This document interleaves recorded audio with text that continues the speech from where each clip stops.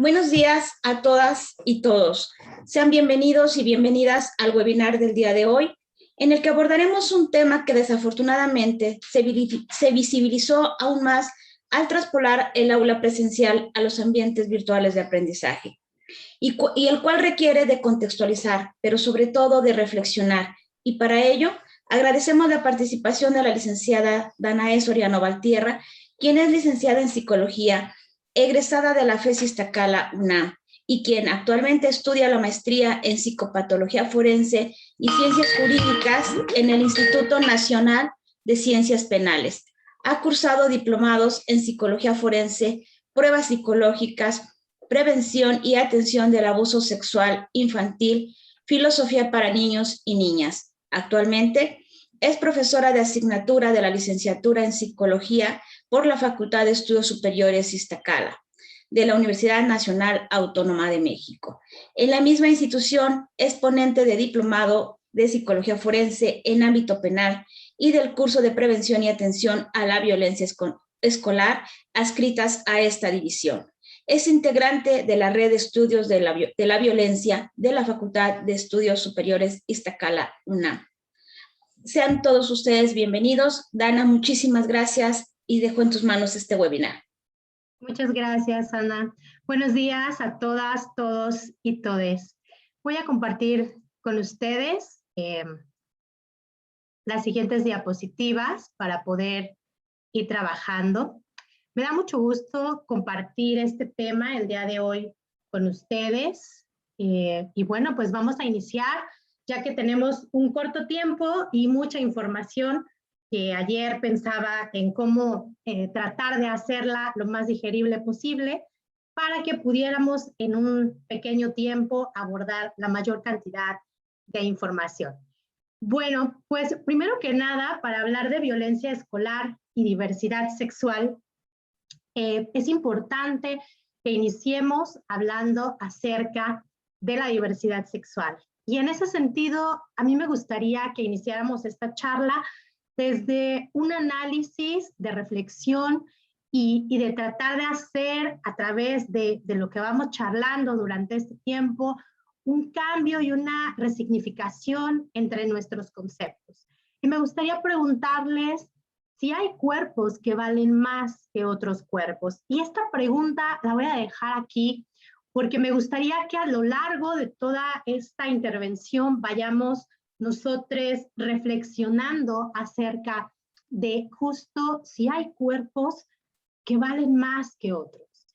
Y lo pregunto porque en esta cultura y en esta sociedad en la que vivimos, pareciera ser que hay cuerpos más visibilizados, cuerpos a quienes se les ha asignado más derechos que a otros y cuerpos a los que se les ha estigmatizado e incluso castigado.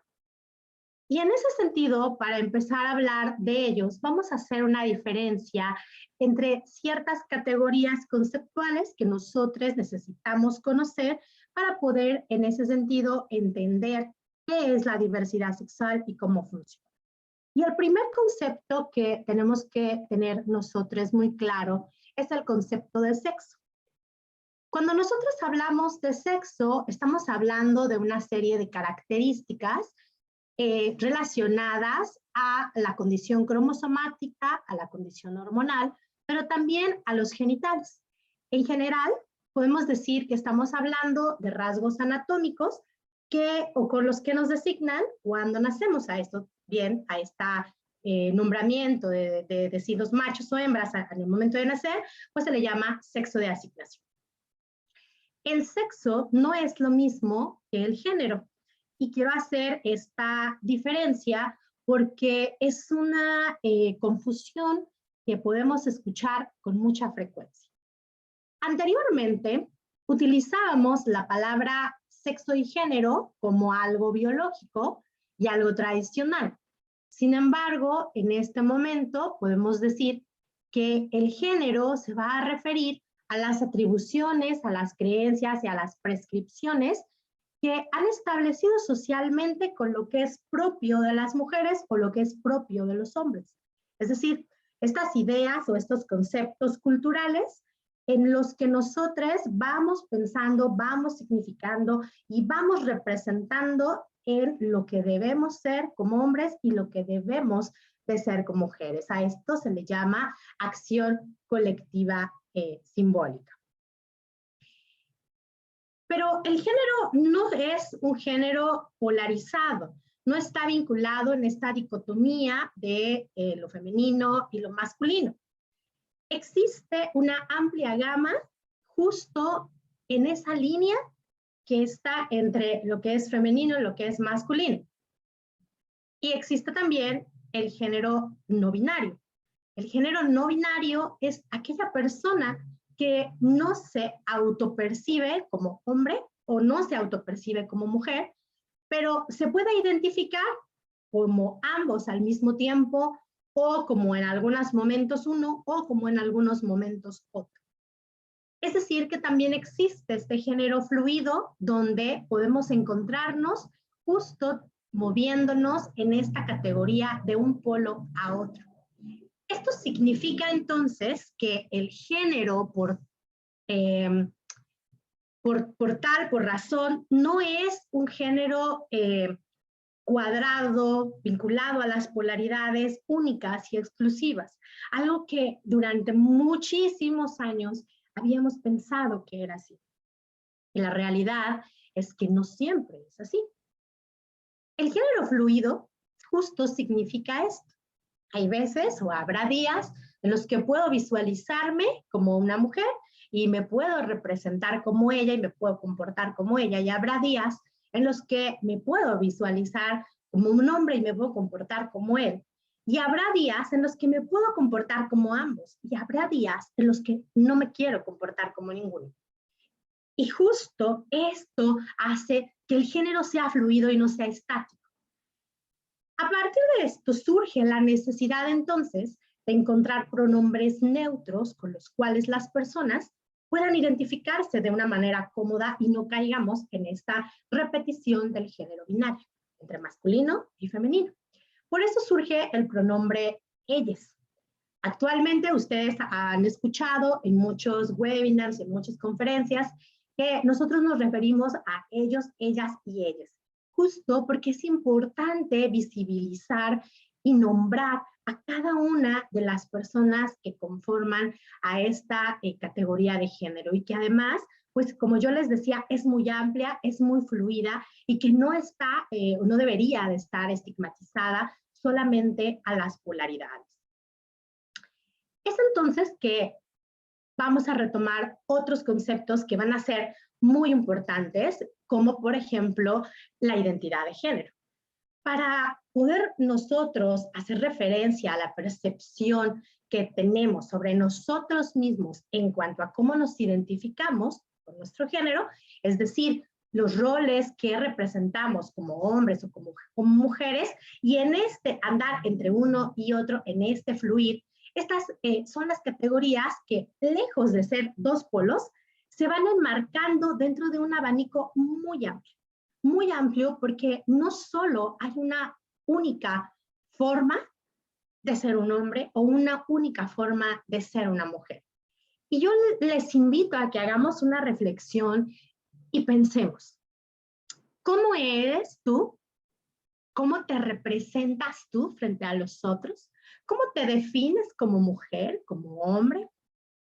¿O como en una condición de género fluido? Y piensa en los y las que comparten contigo. ¿Cómo se definen? ¿Cómo son estas personas? ¿Todos son iguales? Eso no es cierto. En ese sentido, si nosotros empezamos a hablar de cómo expresamos este género, últimamente a través de redes sociales y a través de internet hemos podido ver muchísimos elementos, sobre todo de artistas, de youtubers, sobre todo de gente joven, que ha traído esta expresión a mostrarla ya de una manera más sólida, más fluida, que no tienen temor en presentarse de esta manera y que además nos están incitando constantemente a vernos y a expresarnos en condiciones distintas. Entonces, la expresión de género, por el contrario a lo que estaba hablando anterior, es la manera en la cual una persona se expresa frente al mundo. Puede ser que siga o que no siga los cánones sociales y estéticos a los que estamos acostumbrados a escuchar, a ver, a sentir todo el tiempo.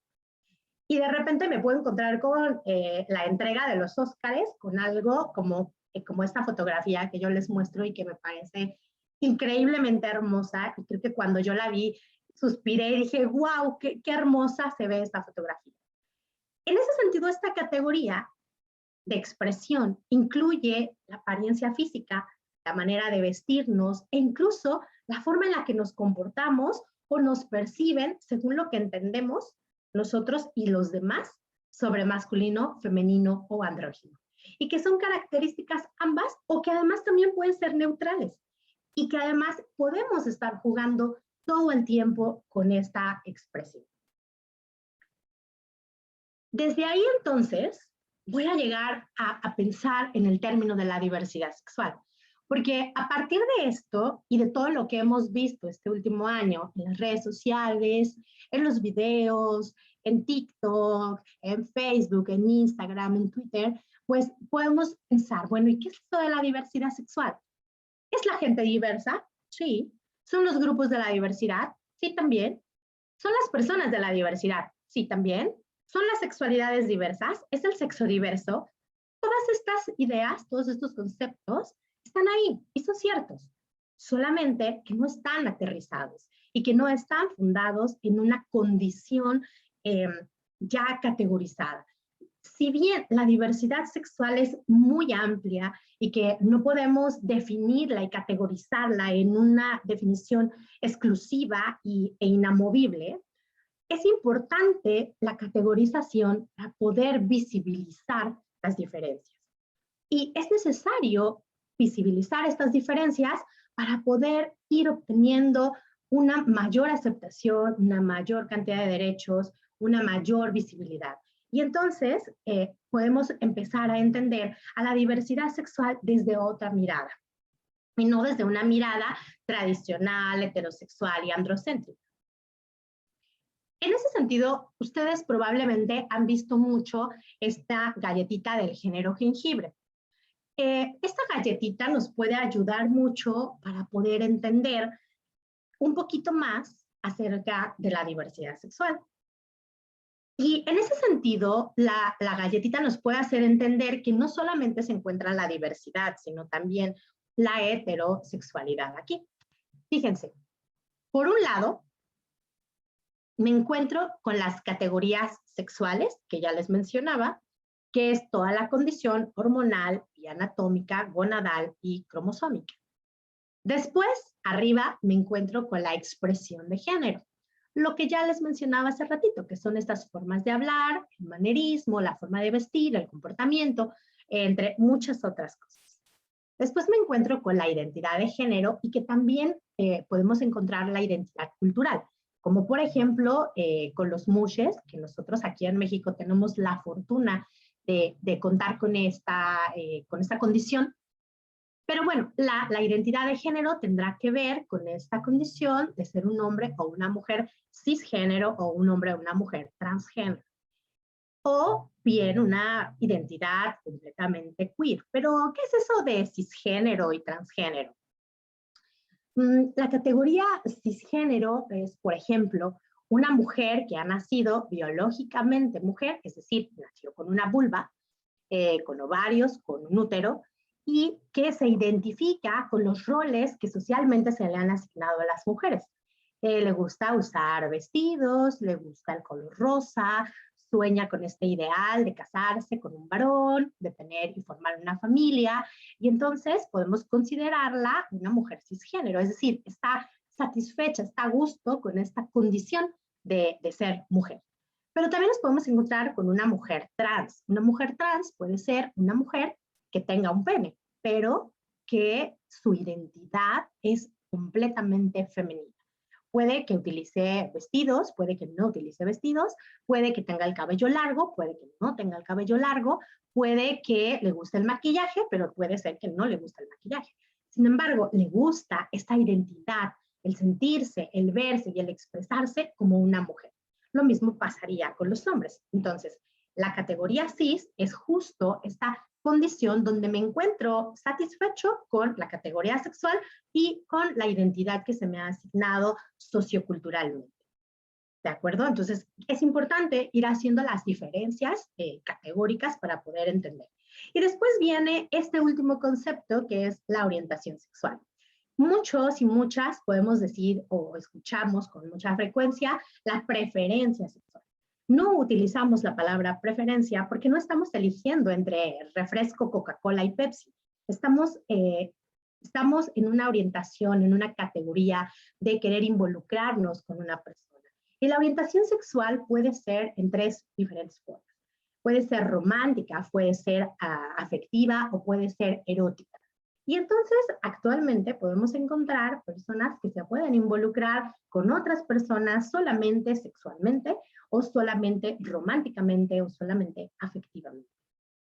Pero vamos a hablar un poquito más acerca de la orientación sexual y cómo se va a ir desmenuzando cada una de estas. La orientación sexual, si bien se ha ido representando por una serie de letras a través de esta famosa categoría LGBTQIA y muchas otras más, tendrá que ver no con que sea estática, sino con que es la forma de representar visualmente y socialmente, pero también políticamente a cada una de estos grupos o cada uno de estas categorías. Entonces, bueno, voy a tratar de hacer una recapitulación muy rápida de cada una de estas letras y vamos a ir viendo a cada grupo de manera particular. Primero nos vamos a encontrar con la categoría lésbica o la categoría de lesbianas. Ojo, no son las mujeres gays, no es la mujer gay, ojo con eso, sino es una mujer lesbiana, nombrada y reconocida como lesbiana. Y es simplemente una mujer que es atraída por otra mujer eróticamente, románticamente o afectivamente, y que tiene vínculos con esta de muchas maneras. Y dentro de esta misma categoría de lesbianas vamos a encontrar un montón de formas de expresarte como mujer lesbiana. Desde aquella mujer que anteriormente se les llamaba tomboys, hoy podemos reconocerlas como intersexuales o queers, y se encuentran en esta categoría de amar y reconocer a otra mujer, de verse involucrada con otra mujer en estas formas de amar. Después me encuentro con los hombres gays. Ahí sí aplica la palabra gay y encuentro a este hombre que es atraído erótica o afectivamente por otro hombre. Y también dentro de esta categoría gay me puedo encontrar muchas formas de ser gay, de expresarse gay, de amar a otros hombres. Entonces, no es una categoría estática y no es una categoría única. La diversidad sexual es fluida y en ese sentido también es posible transitar y moverme de una categoría a otra.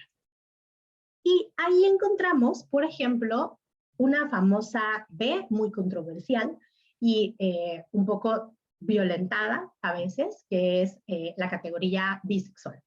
La categoría bisexual son las personas que son atraídas erótica, afectiva y románticamente por hombres y por mujeres.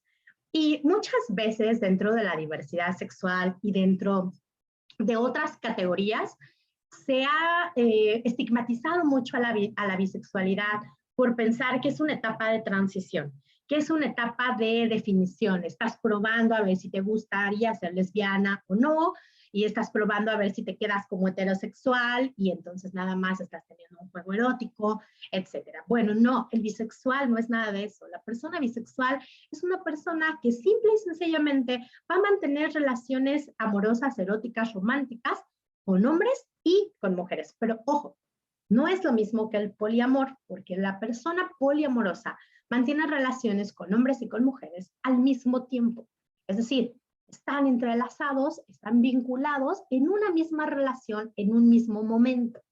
Es decir, que podría yo tener un novio o una novia y los tres tenemos una relación juntos. No hay infidelidad, estamos juntos en esto, juntos en esto. Pero el bisexual o la persona que se defina como bisexual no lo va a hacer así. La persona que se define como bisexual va a tener una relación primero con un hombre, después con una mujer, después otra vez con una mujer, después otra vez con un hombre, porque se está enamorando y está manteniendo vínculos con estas dos condiciones. Pero no tiene que ser al mismo tiempo. Ya si decide ejecutarlo de manera poliamorosa, eso ya es otra cosa. Pero el poliamor no se encuentra como tal dentro de esta diversidad, sino más bien es una forma de relacionar. Y después me encuentro con las categorías de la T, la T o el trans, la persona o las personas trans, que es una de las categorías más complejas de comprender porque implica justo esta forma de transitar a través del género, del sexo y de la expresión. Está como en 3 niveles. Primero voy a hablar de les personas transgénero, que son las personas que se sienten y se conciben diferentes solo al género que socialmente se les ha asignado cuando nacemos. Por ejemplo, una muy sonada que el año pasado estuvo muy en boga fue la historia de Elliot Page. Nosotros la conocíamos anteriormente en muchas series, en muchas películas, como ella, y ahora definió públicamente su condición transgénero y cambió su nombre a Elliot Page. Y ahora, si ustedes buscan en internet, es muy difícil encontrar a Ellen Page. Vamos a encontrar a Elliot Page. Es una persona, es una figura pública, por eso me atrevo a colocar su imagen, porque es alguien que lo ha hecho visible y que ha hecho visible también este cambio y esa transición. Pero Elliot Page nada más ha hecho un cambio de expresión de género, no ha hecho ningún otro cambio hasta el momento y por eso únicamente se considera en esta categoría. Posteriormente me encuentro con la persona transexual. La persona transexual tiene una condición diferente al transgénero.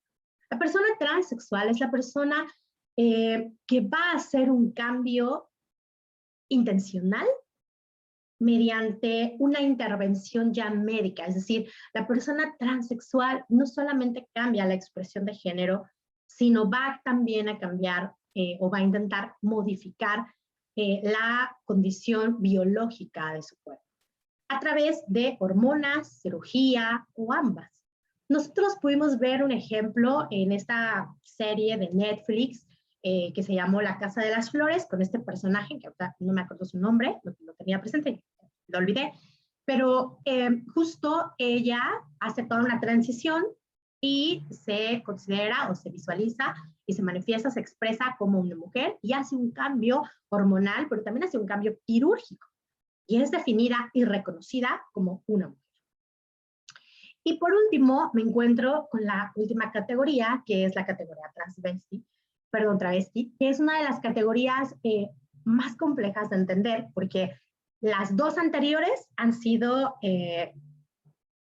fácil de diferenciar, porque una tiene que transitar con el cuerpo y otra solamente con la expresión de género. Pero el travesti, entonces, ¿con qué está transitando? Bueno, el travesti transita mediante una vestimenta, un comportamiento que representa, básicamente. Las mujeres vestidas de hombres o los hombres vestidos de mujeres están conformes con su sexo. Esa es la diferencia. Lo aceptan y no tienen ningún conflicto con su cuerpo ni con sus genitales, caso opuesto a los transexuales o a las transexuales o a los transgénero, quienes sí sienten que están de alguna manera, por decirlo así, en un cuerpo un poco equivocado.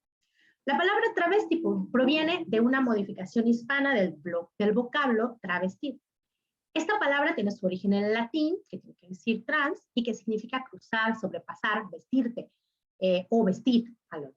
Pero en ese sentido, la persona travesti no tiene problema con sus genitales. Solamente está haciendo una modificación en esta forma de vestimenta, de comportamiento. Pero que además no es lo mismo que una persona drag queen, por ejemplo. Una persona drag queen hace un show, hace un performance. hace un escenario, monta un personaje, crea una figura, le pone un nombre, hace una representación artística, ¿no? Y son condiciones diferentes. Pero bueno, dentro de esta categoría LGBTI+, pues nos vamos a encontrar con más variedades, como por ejemplo la condición intersexual. La condición intersexual tiene que ver con una cuestión de caracteres sexuales, donde una persona va a contar con ambos caracteres. Y no tiene que ver únicamente con que tenga un pene y una vulva al mismo tiempo. Pueden ser caracteres cromosomáticos u hormonales que se encuentren visibles. En México, legalmente solamente tenemos la posibilidad de encontrarnos en los dos sexos polarizados que ya conocemos como mujer y hombre. Pero hay países donde se permite la intersexualidad. En nuestro país, cuando un pequeño bebé nace y tiene una vulva y tiene un pene pequeño o grande, se tiene que definir con cuál de ambos se va a quedar. Y esto tendrá una decisión médica, quirúrgica, basada principalmente en cuál de los dos órganos es el más visible y el más representativo para esa persona. Y pues esa decisión generalmente la toman los padres o la toman los médicos, las médicas. Y bueno, otra categoría que encontramos es la categoría queer, que son las personas, aquí sí aplica el les personas, que no se identifican con ningún género en particular, ¿no? Y que están completamente en esta transición constante de simplemente ser una persona. Y las formas dentro de la diversidad sexual son muchísimas. Las mezclas son muchísimas. Una de las categorías más que voy a abordar es la asexualidad, que es una condición de una persona que no siente una atracción erótica hacia otras personas, pero sí puedes llegar a sentir una atracción afectiva o una atracción emocional. Y no es la única. Al lado pongo algunas banderas de otras categorías de la diversidad sexual, porque podríamos hablar de diversidad sexual y de cada categoría y de las combinaciones de las mismas por horas, porque como yo les decía, la diversidad sexual no es estática, es una condición completamente en movimiento todo el tiempo. Puede ser que una persona pueda transitar de una categoría a otra, regresar y volver a ir. Entonces, no es estática y es algo que a mí me gustaría dejar muy, muy claro. No es estática. Pero fíjense que justo ayer, 17 de mayo, se celebró el Día Internacional contra la Homo, Les, Trans, Bifobia. Y bueno, podríamos pensar, bueno, ¿por qué tendríamos que conmemorar este día? Pues, ¿qué pasó el 17 de mayo? ¿Y qué tendríamos que pensar o tener presente hablando de diversidad sexual que tiene que ver esto? Bueno, el 17 de mayo del 2004 se propuso de manera internacional esta fecha conmemorativa para hacer visible la violencia y la discriminación que viven las personas con identidades, orientaciones y expresiones distintas a la heterosexual cisgénerica. Fíjense que anteriormente la diversidad sexual se ubicaba solamente en una categoría que era la orientación, pero ahorita yo les estoy hablando de tres diferentes posiciones: identidad, expresión y orientación, ¿de acuerdo? Bueno, les decía que en el 2004 se hace esta propuesta, pero ¿por qué? ¿Por qué se hace esa propuesta y ese día? Bueno, lo propone un activista llamado Louis George. En el 2005 es la primera conmemoración, pero se propone porque el 17 de mayo de 1990, la Organización Mundial de la Salud, la OMS, quita la homosexualidad de la lista de enfermedades mentales. Eso es uno de los más grandes avances y logros de la comunidad de la diversidad sexual. En ese sentido, queda nada más ahí la disforia de género, que es un concepto que tiene que ver justo con estas condiciones de identidad y de representatividad, pero el hecho de salir de la lista de una enfermedad mental abre la posibilidad de un cambio social, cultural y político para la expresión de toda la comunidad de la diversidad. ¿Y por qué pensaríamos entonces que esto pudiese ser importante?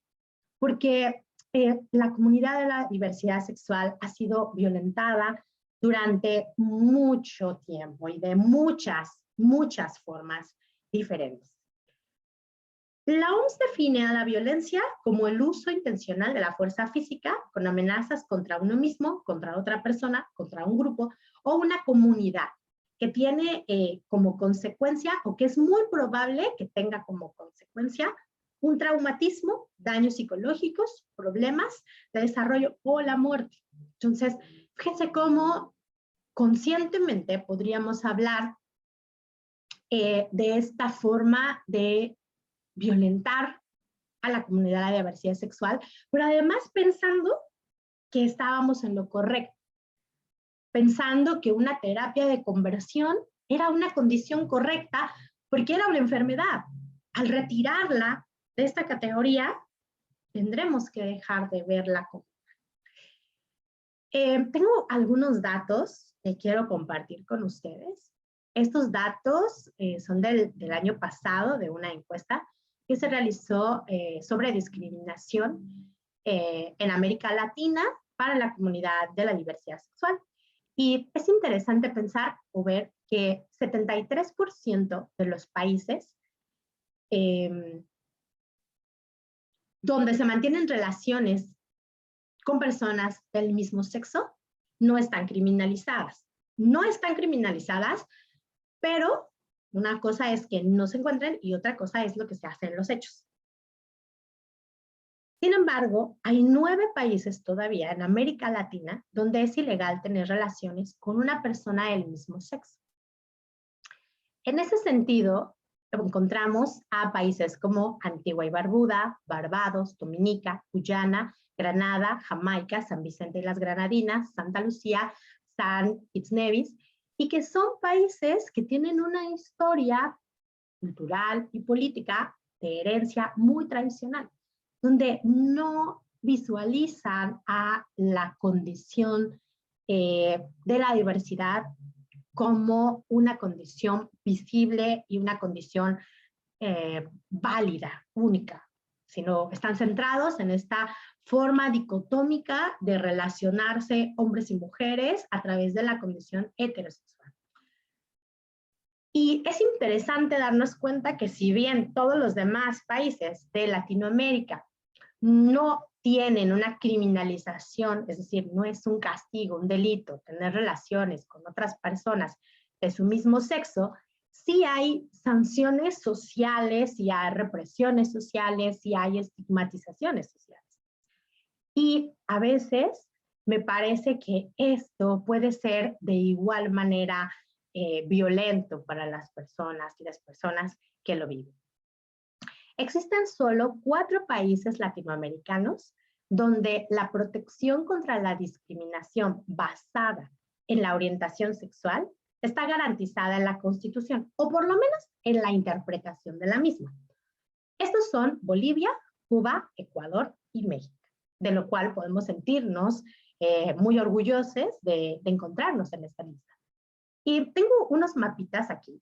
Sé que se ven muy pequeños, pero no me interesa cómo profundizar en los estados, sino quiero que veamos cómo México, a través de estos movimientos, ha ido teniendo una serie de avances y de visibilización. Yo les decía hace un rato, ¿por qué es tan importante que la comunidad de la diversidad sexual se visibilice? ¿Por qué es tan importante que se nombre? ¿Por qué es tan importante que conmemoremos un 17 de mayo? Justo por esto, porque las ganancias en materia política se van a empezar a ver reflejadas. En el 2010, la Ciudad de México inicia aprobando el matrimonio igualitario en México. De ahí, en el 2012 hasta el 2019, le siguen otros estados. Recordemos que cada estado de alguna manera puede regular esto de forma independiente. No está estipulado como a nivel nacional. Eso hace que, si podemos ver este mapa, pues nos demos cuenta que cada vez son menos los estados que siguen estigmatizándolo. Pero el hecho de que esté aprobado el matrimonio igualitario no hace que el matrimonio de personas del mismo sexo o del mismo género se vean socialmente como todas las demás matrimonios heterosexuales. Les voy a poner un ejemplo. Podrán casarse en la Ciudad de México. Ok. Las condiciones, por ejemplo, de salud, ya no son tan sencillas. El asegurar médicamente a través del IMSS, del ISSSTE, a mi pareja no es tan sencillo. Entonces, ¿por qué? Porque las políticas internas no están preparadas para esta aceptación del matrimonio igualitario. Entonces, no está escrito, pero tú ya estás casada, pero no dice que, pues, aquí la hoja dice que si eres mujer, pues tu esposo es un hombre, no dice que es una mujer o que puede ser una mujer. Es decir, no está el circulito, no te lo puedo permitir en la ventanilla 14, ¿no? Y entonces nos encontramos con una serie de contradicciones. Bueno, las personas se han tenido que amparar para poder tener acceso a los mismos derechos. Entonces, es como una pantalla donde podemos decir que está reconocido y que está validado, pero interiormente no lo es tanto. El matrimonio igualitario es válido en México, pero cuando llegamos a la escuela primaria y somos dos mamás con nuestra pequeña, no, es que no sabemos si podemos recibirlo porque son dos mamás, es que hay que hablar con la junta directiva, pero déjeme ver porque hay que preparar al grupo, pero tengo que hablar con la maestra. Y entonces nos vamos dando cuenta que la estructura no está lista para recibir a las condiciones de la diversidad. Pero la ventaja es que en el camino vamos y que luchando andamos. Eso significa que esas marchas enormes que se han hecho, estos movimientos, estos cambios, estas visibilizaciones, este tipo de conferencias, están haciendo cambios graduales y pocos, pero vamos modificándolo. Me parece que es importante nombrar, es importante visibilizar para entender y poder lograr estos avances y estos movimientos políticos. Otro de los cambios que hemos encontrado en México es la rectificación de identidad de género. Aquí son menos los estados que lo permiten. Como pueden ver, la República se ve menos poblada que el mapa anterior, pero en muchos estados ya podemos hacer nuestro cambio de identidad de género una vez que tenemos 18 años. Es decir, podemos ir a cambiar nuestra INE y una vez que cambiamos nuestra INE, podemos hacer un cambio en toda nuestra documentación y vivirnos y expresarnos con el género que consideramos pertinente para nosotras. Y esto es un gran avance y es importante visibilizarlo y es importante nombrarlo. Ahora, ¿por qué es importante? Porque en esta escena, en esta diapositiva, quiero hacer un recuento histórico bien breve. El sufrimiento, la discriminación, el acoso, la violencia que ha sufrido la comunidad de diversidad sexual a través de muchos años ha sido durante mucho tiempo invisibilizada, pensando que estaba bien, pensando que era una enfermedad y que había que curarla. La diversidad sexual no se cura. Es una expresión, es una forma de vivirte como cualquier otra. Y eso es importante mencionarlo para poder comprenderlo. Ahora vamos a hablar de la escuela. ¿Qué pasa en la escuela?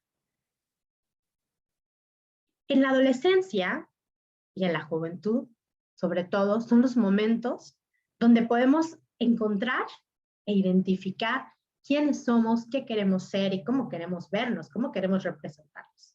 Empiezo por primera vez a enamorarme de alguien o a sentir atracción por una persona.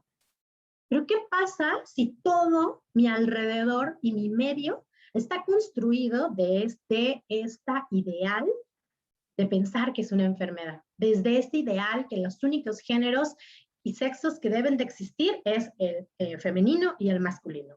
Y además la única relación que puedo tener es la heterosexual con fines familiares y de reproducción. Híjole, qué fuerte es pensar que nos seguimos viendo en esta ideología. La institución educativa tiene dos dimensiones. La primera es la preparación académica y la segunda es la formación para la convivencia escolar. La violencia escolar es una relación social gestada entre los diferentes actores de la comunidad escolar. Esta relación implica dominio y sumisión de unos y otros, y que al ser aprendida y establecida como una forma relacional, trasciende los límites físicos de los establecimientos como es el espacio escolar, como el salón de clases, el jardín, el patio y las áreas comunes, y que se muda también a los contextos circundantes de la vida. Es decir, estamos acostumbrados y nos hemos visibilizado siempre en estas jerarquías de poder. El niño popular del salón, la niña popular del salón. Y la vemos todo el tiempo en las expresiones visuales que tenemos y en las cuales nos reproducimos todos los días.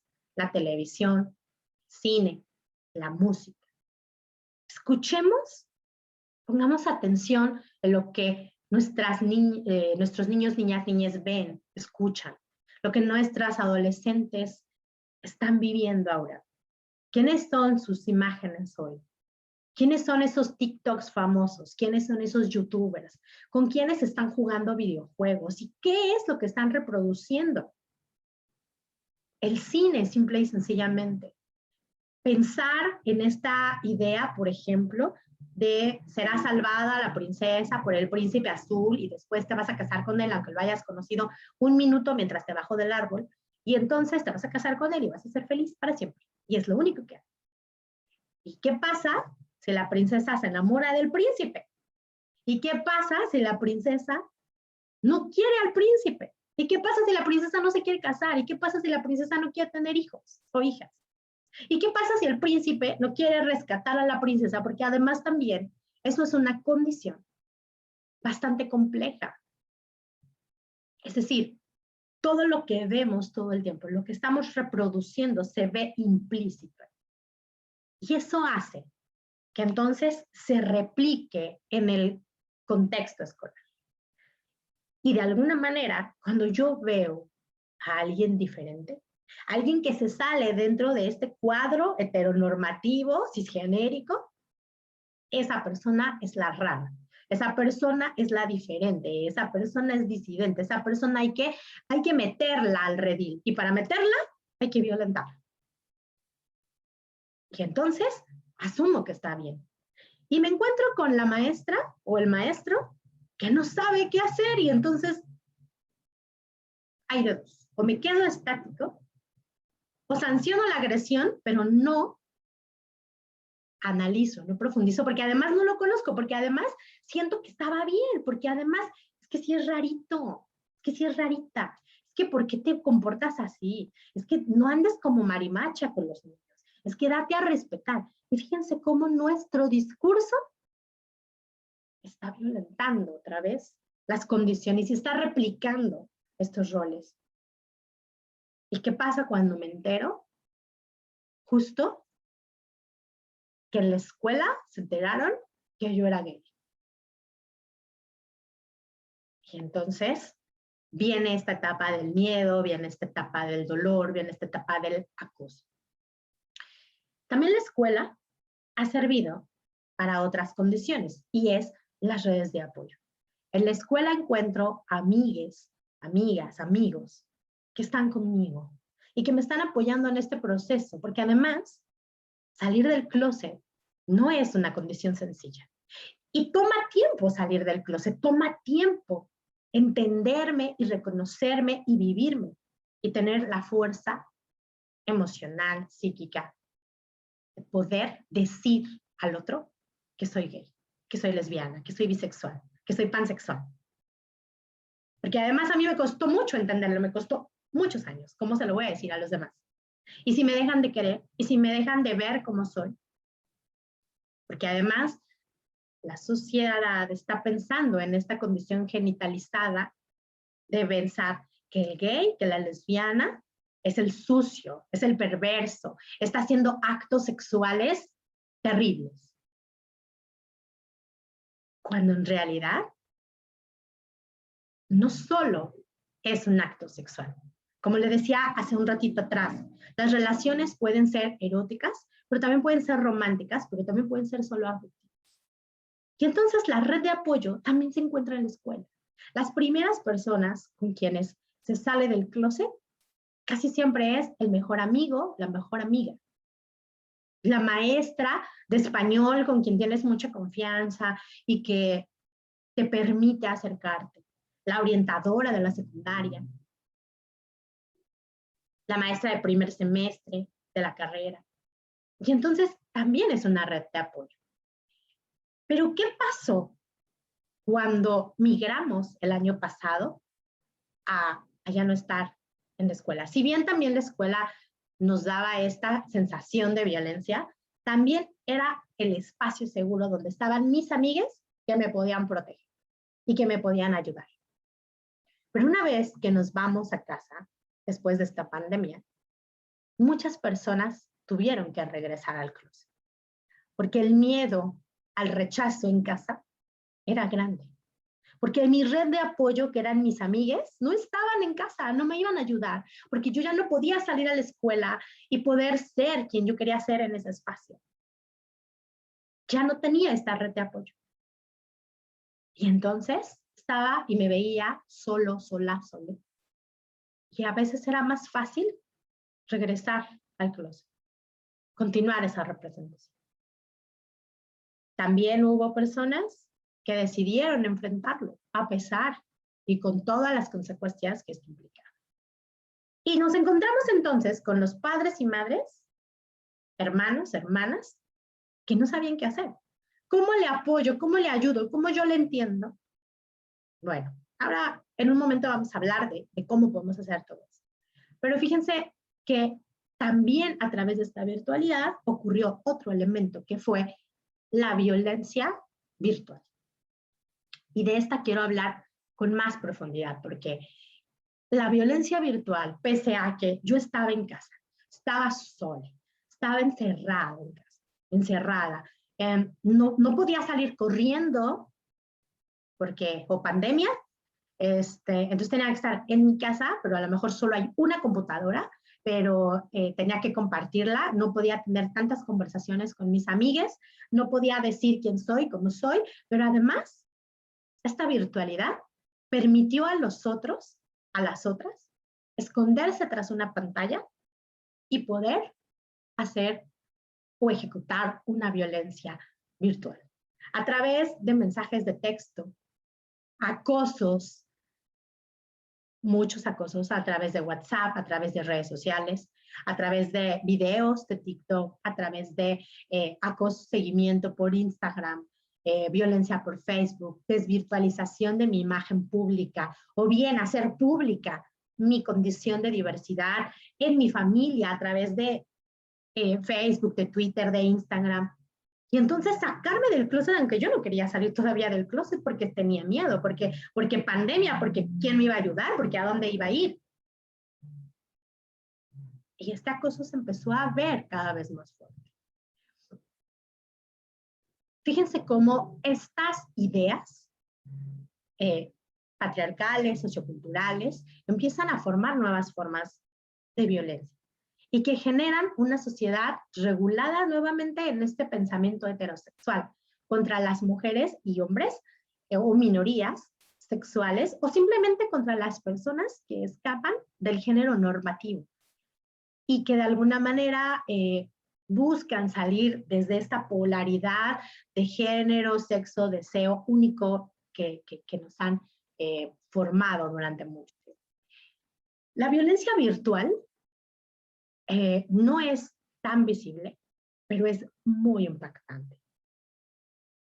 Empieza a generar en la persona una condición de ansiedad, una condición de miedo, hay una pérdida del control, no podemos ver a la persona, no podemos saber a veces quién es quien está filtrando nuestros videos, quién es quien está mandando los rumores, ¿Quién es quien está jalando mis fotos de la fiesta de hace 3 años donde estaba con mi novia y nos besamos y que la subió a todos los muros de Facebook y que la subió a todas las redes de Instagram y que aunque yo lo reporto y lo reporto para que lo bajen, no lo bajan y yo me muero de miedo porque en 1 hora va a entrar mi mamá a su conferencia y va a abrir la computadora y puede ver mi foto? Porque además mi mamá también tiene Facebook y mi papá también tiene Facebook. Y si se enteran, ¿qué va a pasar conmigo?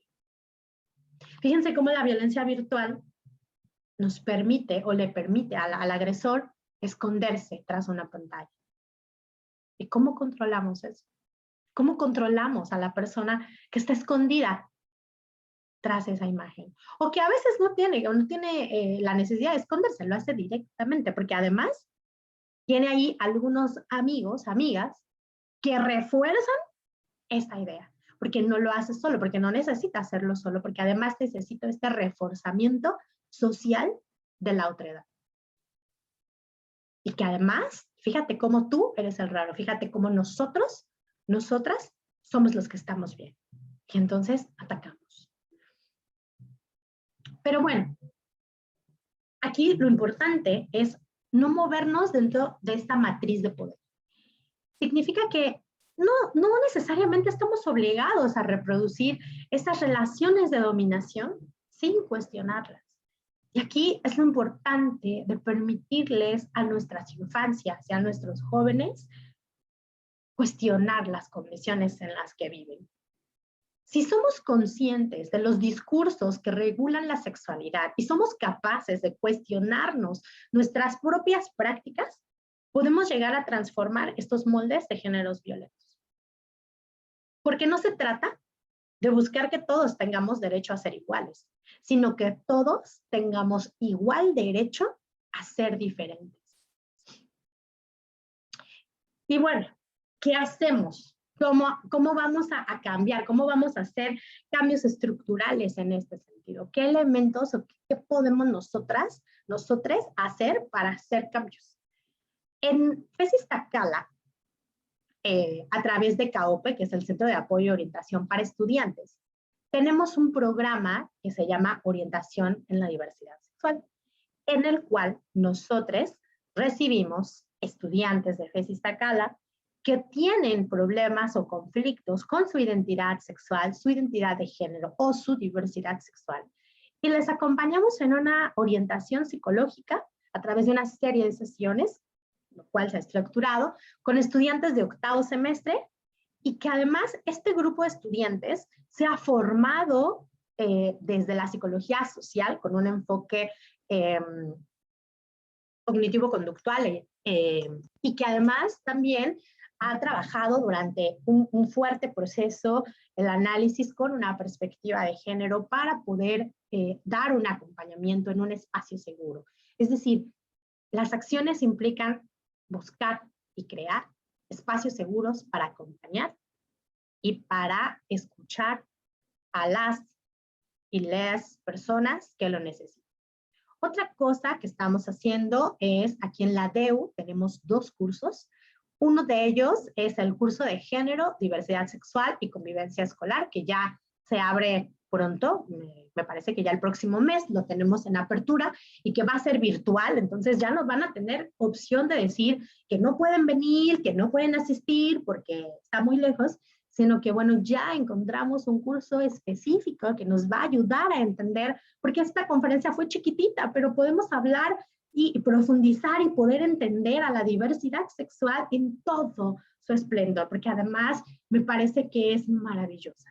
Entonces, podemos hablarla, podemos entenderla y podemos generar espacios escolares seguros para nuestras infancias y para nuestras adolescencias. Y otro curso más que me parece sumamente importante y que se ha replicado ya varias veces y que ha sido muy significativo es el curso de violencia escolar, donde trabajamos evaluación, pero también trabajamos intervención integral, y que son cursos combinados que van a poder darnos a nosotros una estrategia más, nos van a poder dar esas herramientas que yo necesito para ayudar a esa persona o a mí mismo, ¿no? Para poder enfrentar este movimiento, para poder apoyar, para ser visible, para poder nombrar o nombrarme o nombrar a los demás. Entonces, creo que esas son las acciones importantes que debemos de tener. Y bueno, pues yo les dejo mi correo electrónico, también les dejo la página de Diversidad Sexual CAOPE, que es la que yo coordino en este momento, y en esta página, el grupo que nosotros hemos formado de acompañamiento a la diversidad sexual, constantemente estamos emitiendo talleres, estamos emitiendo ciclos de cine, estamos haciendo comunidades de diálogo para propiciar esta reflexión, para empezar a desenmascarar y hacer una modificación en estos conceptos. También hacemos conferencias, tenemos invitados, expertos, expertas, gente que nos acompaña, que nos orienta, que nos explica. Entonces, pues les invito a seguirme y a mi grupo de estudiantes también en el grupo de diversidad sexual. Aquí les puse la imagen chiquita de nuestro logo, porque hay varios, pero este es el que yo manejo, y pues mi correo electrónico. De verdad que en este momento me siento muy agradecida por ver que, no sé cuántos hay en Facebook, pero aquí tenemos casi 100 participantes, lo cual me hace pensar que esta charla ha sido una condición muy importante para todos, todas y todes. Y yo pues les agradezco muchísimo el tiempo, el que se hayan dedicado un ratito para escuchar y tal vez hacer una conciencia. Y recuerden la pregunta que yo les hacía al principio. Hay cuerpos que valen más que otros, entonces yo se los dejo a su consideración. Les agradezco este espacio y bueno, pues creo que vamos a ir a una pequeña ronda de preguntas. Muchísimas gracias, Anita, tú me dices. Sí, así es, Danae. Vamos a iniciar, en la medida que el tiempo nos lo permita, las preguntas y respuestas. ¿Cómo podemos incluir estos temas en la escuela primaria apoyados por el sistema? ¿Puede hacerse? ¿De qué manera sugieres que se pueda realizar? Ya, sí, hay una forma de justificarlo. Yo creo que lo más importante es que el docente quite sus prejuicios. Esto es lo más importante. Primero. Segundo, si bien el programa educativo de la Secretaría de Educación Pública a partir de cuarto, quinto y sexto año de primaria presenta las condiciones para hablar de educación sexual y vienen cosas muy apegadas a la condición genital y reproductiva, sí, formación cívica y ética tiene como los elementos o lo que sería, no recuerdo cuál es la materia que actualmente sustituye a formación cívica y ética, pero nos permite hacer las reflexiones a través de las condiciones de responsabilidad, fomentar la aceptación, los buenos tratos, las buenas costumbres, y entonces si nosotros docentes, nosotras docentes, hacemos una educación sexual integral, pero además incluimos a nuestros padres de familia, vamos a poder hablar de una condición de educación sexual que incluya a la diversidad sexual. Y de esa manera vamos a poder fortalecerlo. Otra cosa que, bueno, yo di clases en educación primaria muchos años, y una de las cosas que encontré en esa época, donde, bueno, la diversidad sexual todavía no era tan visible en ese momento, pero algo que yo hacía mucho era invitar a expertos o a expertas a conferencias con los padres de familia antes de dar la sesión de educación sexual con las niñas, los niños y las niñas. ¿Por qué? Porque primero preparaba a los padres para lo que venía y a las madres para lo que venía. Entonces, ya después que ellos ya tenían como una idea de lo que íbamos a abordar en clase, podíamos empezar abordando a las condiciones de sexualidad, reproducción, etcétera, pero por ahí íbamos empezando a meter situaciones de diversidad sexual y acompañándola siempre utilizaba yo mucho las comunidades de diálogo para hacer una sensibilización en las niñez para que ellos pudieran entender a la diversidad como parte de su entorno y no como externo. Y me funcionaba muy bien. De hecho, las niñas, niños tenían una aceptación muchísimo más rápida, incluso ellos y ellas les decían a los papás, es que eso es normal, es que está bien, es que mira, qué bonito. Entonces, yo creo que es una estrategia, yo les recomiendo muchísimo en niveles básicos las comunidades de diálogo, la filosofía para niños, que nos va a permitir hacer un pensamiento reflexivo, un pensamiento crítico y creativo en las infancias. ¿De qué manera se puede abordar con los padres cuando un adolescente comenta o cree que tiene preferencias sexuales diferentes? Bueno, aquí está complicado. Bueno, recordemos que un adolescente está empezando un proceso de autorreconocimiento.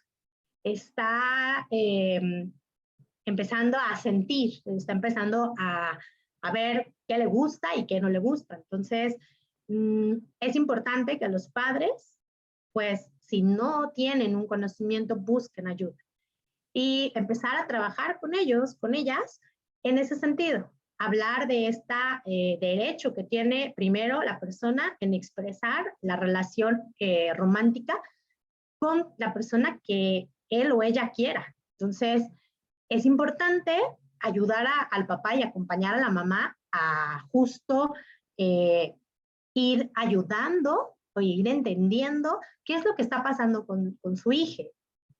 La orientación sexual no se define en la adolescencia específicamente.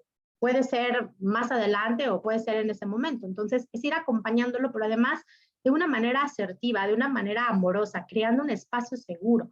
A lo mejor viene una construcción de pensar, ¿habré hecho algo mal como padre? ¿Qué habré hecho yo? ¿Que mi hijo es gay? Pues no hiciste nada. Tú no hiciste nada. Tu hijo es gay y punto. O tu hijo tiene una relación con otro hombre y punto. Pero lo importante es que tú brindes un espacio seguro para tu hija, para que tu hija pueda expresarte y pueda recurrir a ti cuando alguien lo violente, pueda recurrir a ti cuando tenga un problema, pueda recurrir a ti cuando se sienta mal. Un alto índice de suicidio está relacionado con el rechazo a la diversidad sexual. Entonces, el pensar que yo como hija o como hijo solo puedo expresar mi amor, mi identidad fuera de casa, me pone en riesgo y me convierte en una persona muy vulnerable para ataques de otras personas, pero también una vulneración individual. Me siento solo, me siento sola. ¿Qué va a pasar conmigo? ¿A dónde voy sin mis padres? ¿A dónde voy sin mi familia? ¿Qué es lo que está ocurriendo? Y más si tengo 14, 15 o 16 años, ¿no? Pues puede ser una condición compleja. Entonces, brindemos un espacio de amor y de escucha a los adolescentes y las adolescentes. ¿Cómo educar a la familia y la red de apoyo inmediata en el sentido de aceptación de la orientación y preferencia? Bueno, ese es un trabajo fuerte, pero no imposible. Podemos acercarnos, hay muchas asociaciones, podemos acercarnos a grupos, el DIF, por ejemplo, aquí en Tlalnepantla tiene un espacio de diversidad sexual, la asociación Cuenta Conmigo, podemos acercarnos y hay grupos actualmente, grupos de padres, grupos de madres, cuyos hijos o hijes son diversos. Entonces, viene una mamá que ha acompañado a otra mamá y que te va a decir y que te va a hablar desde la maternidad y te va a decir, bueno, mira, yo viví esto, mi experiencia ha sido esta, te puedo acompañar, te puedo escuchar. Y además también hay madres o padres que viven procesos de duelo, entonces, sobre todo cuando tienen hijos trans. Entonces, lo importante es buscar los espacios. Si bien yo no sé, si bien yo no, como papá o como mamá, no sé qué hacer, hay quienes sí saben. Si yo no puedo ser capaz de entender y comprender a la diversidad sexual, hay quien sí lo sabe. Entonces, eso es importante. Y otra cosa es que muchos padres y madres buscan una orientación psicológica. Y entonces, aquí es importante buscar una orientación terapéutica con una perspectiva de género, con una perspectiva feminista o bien con o desde un enfoque de la diversidad sexual. ¿Por qué? Pues porque también nos encontramos a veces personas o psicólogos, psicólogas que están desde esta visualización heteronormativa, cisgenérica y patriarcal, pensando que lo que tú vino tu papá a decirme que tú eres gay y eso está muy mal. Entonces, no, o sea, tenemos que darles espacios seguros porque además es su derecho. Entonces, hay que buscar ese acompañamiento profesional, pero también un acompañamiento especializado, ¿no? Yo espero que en unos años nuestras nuevas generaciones de psicólogos y psicólogas que egresan ya no tengamos que buscar acompañamiento especializado, sino que todos y todas las psicólogas y psicólogos egresados puedan contar con esta formación. Salud, Anita. Pero bueno, yo creo que eso es lo más importante, ¿no? Con las familias, buscar el apoyo y el acompañamiento. Gracias, Ana. Hay una pregunta que te voy a dar contexto, la hacen referencia a las personas trans que no tienen o hacen cispaxing o la representación de personas más cercanas a nuestra realidad, mexicanas y latinas, no solo a las personas caucásicas o fuera de nuestros contextos. Y la pregunta es, ¿qué tan pertinente crees que sea la representación de personas trans diversas? Bueno, creo que esa es más bien como una pregunta en mi opinión personal, ¿no? Pero bueno, yo puedo decir que la representación de las personas trans debe ser y debemos permitir su representación en todos los contextos. No podemos pensar en no buscarlas, en no permitirles, en no darles los espacios. También creo que tanto en México como en otros países, las personas trans son personas que han luchado muchísimo y que siguen luchando muchísimo por hacerse visibles. Y en ese sentido, a mí me parece que nuestra función como sociedad es permitirles esa visibilización. Si ella dice que es una mujer, es una mujer. A mí, ¿qué me importa lo que los demás piensen? Si ella me dice que es una mujer y punto. Si él me dice que es un hombre y ya. Yo no tengo por qué nombrarlo en mi aula como Alejandro si ella me dice que es Alejandro. Entonces, yo creo que eso es lo más importante para apoyar, ayudar y sobre todo permitirles esta visibilización a la comunidad trans. ¿Cómo podemos fortalecer a madres y padres cuando se dan cuenta que sus hijos o hijas presentan esta condición de diversidad? A mí me parece importante que la escuela, que es una institución donde estamos formando, porque además también formamos a los padres, empecemos a incluir escuela para padres con algún tema de diversidad. Y empecemos a invitar expertas, expertos que compartan sus experiencias. Hay grupos de madres y padres que han estado maternando a hijes de 2 madres, 2 padres. Podemos invitarles a escuchar y que además siempre están dispuestos y dispuestas a ir y que a veces ni siquiera les cobran a la escuela, ¿no? Ellos lo que buscan es visibilizar, apoyar. Entonces, empezar a abrir esos espacios de diálogo, capacitar a nuestro personal, capacitar a nuestros profesores, profesoras, sobre todo a nuestras directoras, porque a veces el profesorado puede estar bien capacitado, pero llegamos con un proyecto y la directora dice, no. Entonces, bueno, capacitarnos en ese sentido. Tenemos espacios los docentes, tenemos estos días de consejo técnico donde, digo, podemos trabajar de las 5 horas de trabajo, pues podemos trabajar 4 y la última invitar a alguien que nos ayude, que nos hable, que nos contextualice y la última hora planear una conferencia para padres y yo creo que la virtualidad nos va a permitir esto en el futuro. El padre o madre que trabaja y que no puede ir nunca a las juntas y que no puede ir nunca a las conferencias, pues se podrá conectar, ¿no? Se podrá conectar en la retransmisión de la conferencia que nos dio la experta o el experto. Entonces, a mí me parece eso muy importante. Otra cosa que podemos hacer con las familias es, por ejemplo, ver series o películas en familia y tratar de hacer reflexiones con ellos y con ellas, ¿no? Invitarlos a esos procesos. En casa, ¿cómo se puede abordar la diversidad sexual con los hijos, hombres, adolescentes y más pequeños? ¿Cómo empezar a adentrarlos en estos temas de la diversidad?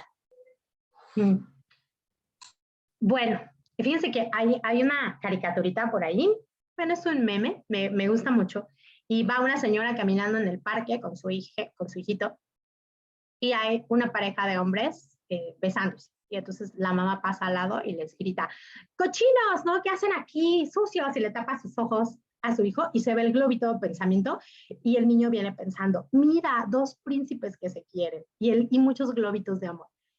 Nuestras infancias van a conocer la violencia y la discriminación porque la van a ver en nosotros. Entonces, una de las cosas es empezar a fomentar con el ejemplo. Empezar a cambiar nuestras ideas, empezar a cambiar y permitirles a nuestras niñeces que se puedan expresar. Cuando dos niños pequeñitas ven a dos mujeres, por ejemplo, pasó en un video, dos mujeres que estaban en su boda con su vestido de novia, y la niña grita, mira mamá, dos princesas que se van a casar. Entonces, nuestras infancias no tienen todavía integrado este proceso de pensar que eso está mal. Lo que nosotros podemos hacer es dar contexto a esta condición y permitir que las niñas, los niños puedan verlo tan normalizado. Hoy en día, por ejemplo, Disney está empezando a incluir películas con personajes diversos. Nuestras caricaturas empiezan a tener personajes diversos. Netflix tiene muchas series con personajes diversos. Entonces, permitir justo que esta visibilización sea parte de nuestra cotidianidad, ¿no? Y evitar los comentarios, bueno, es que pues, yo sí respeto a la diversidad, pero que se muestren allá donde yo no los vea, ¿no? Entonces, este tipo de cosas hay que empezar a irlas quitando de nuestro lenguaje cotidiano y permitirles a los niños, las niñas, que se expresen de la manera que ellos consideren y que además sea algo positivo, que sea como un espacio donde ellos puedan sentir que son seguros y que está bien y que si otra persona viene y les dice, oye, soy gay, soy lesbiana, ellos puedan también ser una persona segura para aquel o aquella que les está expresando esta condición. ¿Cómo trabajar con los estudiantes estas situaciones que no pueden o no quieren definir? ¿Cómo hablarles de orientación sexual? ¿Cómo apoyarlos aún con padres violentos? Bueno, ahí sí está complicado, ¿verdad? Yo creo que lo importante es que cada persona se va a definir en el momento que lo considere apropiado. No llevamos prisa. Te puedes definir a los 15 y a los 60. ¿Cuál es el problema? Entonces, aquí lo importante es brindarle seguridad a la persona. Puede ser que viva en un contexto violento. Puede ser que su papá pueda golpearle y entonces no te arriesgues a ello. Hay que ir trabajándolo poco a poco. De empezar dando señales en casa como vamos a ver esta película, mira papá, vamos a ver este video, y a lo mejor el papá tiene este pensamiento estructural muy patriarcal y muy machista, ¿no?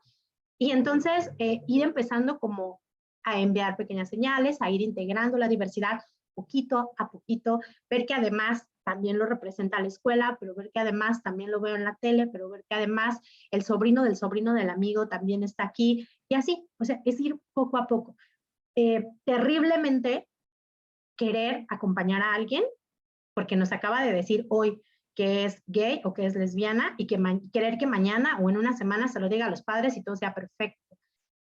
La salida del closet no tiene que ser violenta, tiene que ser una salida al ritmo de cada persona, y cada persona va a definir el momento y con quién, ¿no? Las personas que salen del closet no salen del closet una sola vez, salen del closet toda su vida, porque a lo mejor en el trabajo se enteraron y porque a lo mejor yo no siempre se lo digo a mi familia y a lo mejor no siempre lo estoy diciendo. O sea, uno no llega y dice, hola, soy Danae, soy lesbiana. No es así. En la salida del closet es gradual, es poco a poco y además es una condición de confianza y no antepone a la persona que se es. Uno es primero persona y después está la condición de la diversidad. Entonces, me parece que es gradual e ir acompañando poco a poquito, pasito a pasito, de acuerdo a las necesidades de cada una de las personas. Y en ese sentido, Dana, creo que hay una pregunta que se correlaciona. ¿Qué comportamiento entonces se debería de asumir cuando alguien se entera de que un familiar tiene diversidad sexual? ¿Se debe o no cambiar el trato con ellos? Bueno, pues si yo me entero que alguien tiene diversidad, pues es que no es una enfermedad. La diversidad sexual es una forma de vivirse, nada más. Y si yo sé y me dicen, es que mi sobrina, mi hija, mi cuñada es trans, pues así es, ya. Yo no voy a cambiar mi forma de verla o de verle porque no voy a anteponer a la diversidad antes que a la persona. Reitero, primero se es persona y después se es diverso. Entonces, por ahí, por ejemplo, me recordaste mucho en la marcha del 2018, había un papá que iba marchando con un cartel grandotote y decía, marcho con mi hija porque mi hija es, y pone un montón de cosas, es hermosa, es inteligente, y pone todas las cosas importantes que es su hija, y hasta abajo en letras miniatura, chiquitita, pone, y es lesbiana. Entonces, creo que la persona primero es persona, y no tendría yo por qué cambiar mi forma de ser. No dejo de quererla, porque sea trans, porque sea queer, porque sea gay, no tendría por qué cambiar. Y si cambia, el problema lo tengo yo, no la persona. Entonces, habría que hacer una reflexión en mi estructura y en mi proceso de cómo conceptualizo al amor, cómo conceptualizo la diferencia, cómo conceptualizo esta condición heterosexual y dónde me ubico y por qué siento que tengo que cambiar. ¿Por qué tendría yo que hacer el cambio? Entonces, me parece que eso es lo más importante para poder reflexionar. ¿Cómo podemos manejar la religión y la diversidad sexual en la familia con un adolescente que se asume como gay? Ay, bueno, es que esa pregunta sí está muy complicada. Bueno, la religión, bueno, yo nada más voy a contestar eso con una cosa que dijo el Papa hace poquito tiempo, y que fue que decía y nombraba acerca de que la diversidad sexual es bienaventurada, ¿no? Y no dijo más. Entonces, me parece que la iglesia como institución, y no como religión, aclaro esa parte, como institución ha hecho una interpretación de lo que se considera dentro de aceptado o no para su misma institución. Nos podemos encontrar con iglesias disidentes, católicas, cristianas, que tienen apertura a la diversidad sexual y que acompañan a sus hijos en los procesos y a sus familias en los procesos. Me parece que aquí lo importante, no soy experta en religión realmente, yo creo que esto es algo que sí quiero aclarar porque estoy dando mi opinión, nada más. Me parece que aquí lo más importante es hablar y acercarnos con grupos religiosos que puedan darnos esta justa y correcta orientación. Sí hay en México, sí los hay, sí hay grupos religiosos católicos, cristianos y otros que son disidentes y que acompañan desde la religión a sus hijos dentro de la misma. Entonces, a mí me parece, y me quedo con esto que dijo el Papa, donde hace e invita incluso a que la diversidad sexual sea vista dentro de nuestra comunidad.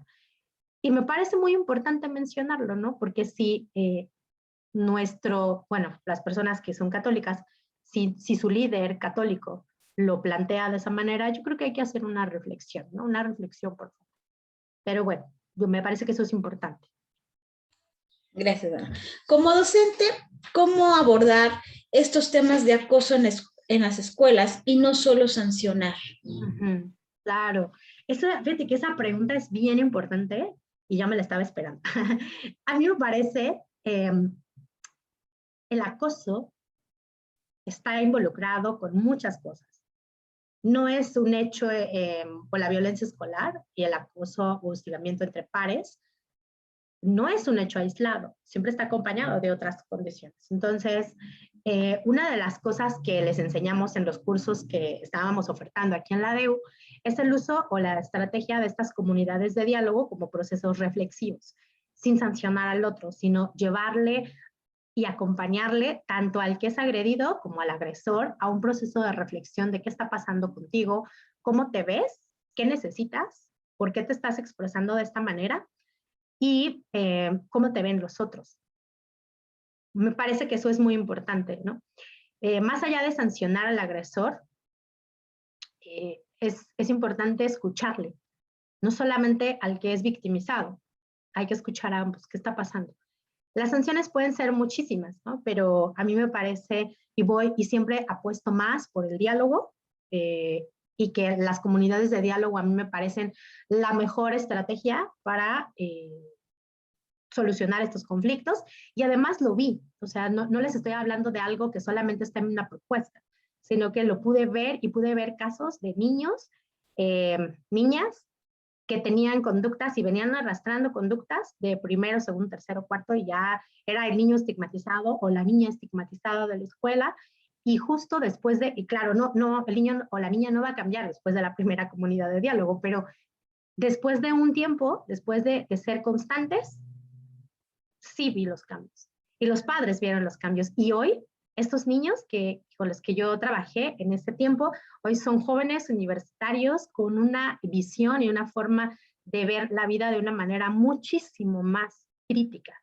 Y en ese sentido, más asertiva para poder decirle al otro con qué está de acuerdo y con qué no está de acuerdo, por qué, pero además de ser capaz, no de ser tolerante, sino de ser respetuoso con la diferencia. Entonces, eso es muy importante. Yo creo que yo le apuesto a esa postura. Y en este mismo sentido, entonces, ¿cómo apoyar a los alumnos, pero de educación superior? Ok. Bueno, con los estudiantes de educación superior en licenciatura, yo creo que aquí la capacitación, las conferencias, los talleres son importantes, pero además también es importante hacer una conciencia fuerte entre lo que está pasando. Aquí me parece que la violencia también se ejecuta porque hay mucho silencio entre ella. Es decir, la podemos normalizar. Cuando nosotros hacemos visible y nombramos lo que está ocurriendo, rompemos ese ciclo de silencio. Entonces, si yo soy alumna y soy estudiante y veo y en mi salón le están gritando a la compañera, pásale tortillera, jajaja, ja, ja, etcétera, etcétera, etcétera, en mí está hacer la diferencia. Yo tengo la fuerza de levantarme y decirle, oye, compañero, párale, ¿no? Aunque la compañera me caiga mal y no sea mi amiga. Es decir, vernos desde esta condición de la sororidad entre mujeres, pero también entre varones desde una fraternidad. Y decir, oye, compañero, no. O sea, pasarnos los packs no está padre, ¿no? Aparte de que nos vamos a meter en una bronca. Y entonces, hacernos las conciencias. Y esa conciencia va a llegar cuando nosotros empezamos a conocer las temáticas, cuando vamos a las conferencias, cuando entramos a los talleres, cuando veo que mi novio está sufriendo y entonces me dice, oye, mira, vamos a terapia, pues vamos a terapia. Cuando me dice, oye, fíjate que el grupo de tal estudiante de tal grupo tiene un taller sobre diversidad, vamos al taller. Me parece que eso es lo importante, ¿no? Hacer y promover estos espacios de apoyo a los estudiantes. Eso hace la diferencia. Dana, ¿nos puedes compartir brevemente qué son y en qué consisten las comunidades de diálogo? Sí, claro. Ay, es que bueno, me apasionan muchísimo, tengo que confesarlo. Bueno, las comunidades de diálogo es un grupo de reflexión, es un círculo muy parecido al círculo socrático, ¿no? Cuando dialogaban en el ágora y planteaban y replanteaban y construían un pensamiento crítico a partir de una idea. Y la comunidad de diálogo justo hace esto, construir y reconstruir y deconstruir un planteamiento a través de preguntas, pero además la comunidad de diálogo tiene normas específicas que a veces como sociedad se supone que deberíamos de tener arraigadas, pero la comunidad nos damos cuenta que no. Por ejemplo, una de ellas es la condición de votación, por ejemplo, para lo que se va a dialogar. O sea, no vamos a dialogar específicamente en lo que yo quiero dialogar, sino lo que todo el grupo votó, porque en ese momento es lo que hay que dialogar. porque vamos a replantear la pregunta que Ana dijo, pero que además yo voy a hacer una reconstrucción en mi imaginario de lo que Ana está diciendo, pero además la voy a replantear nuevamente y mi replanteamiento lo va a replantear otra persona y así sucesivamente, a través de una estrategia, por supuesto. Por ahí tenemos una publicación de cómo manejar las comunidades de diálogo en un libro de diversidad sexual que se difundió hace unos meses. Lo debí de haber bajado y no lo bajé, perdónenme.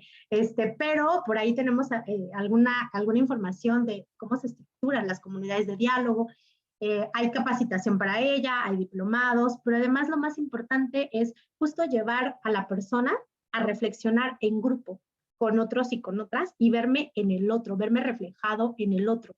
Y entonces eso me va a permitir a mí, pues sí, ver desde el otro lente lo que estoy haciendo. Y eso es maravilloso, porque entonces puedo hacer un proceso de deconstrucción. Y es un pensamiento creativo todo el tiempo.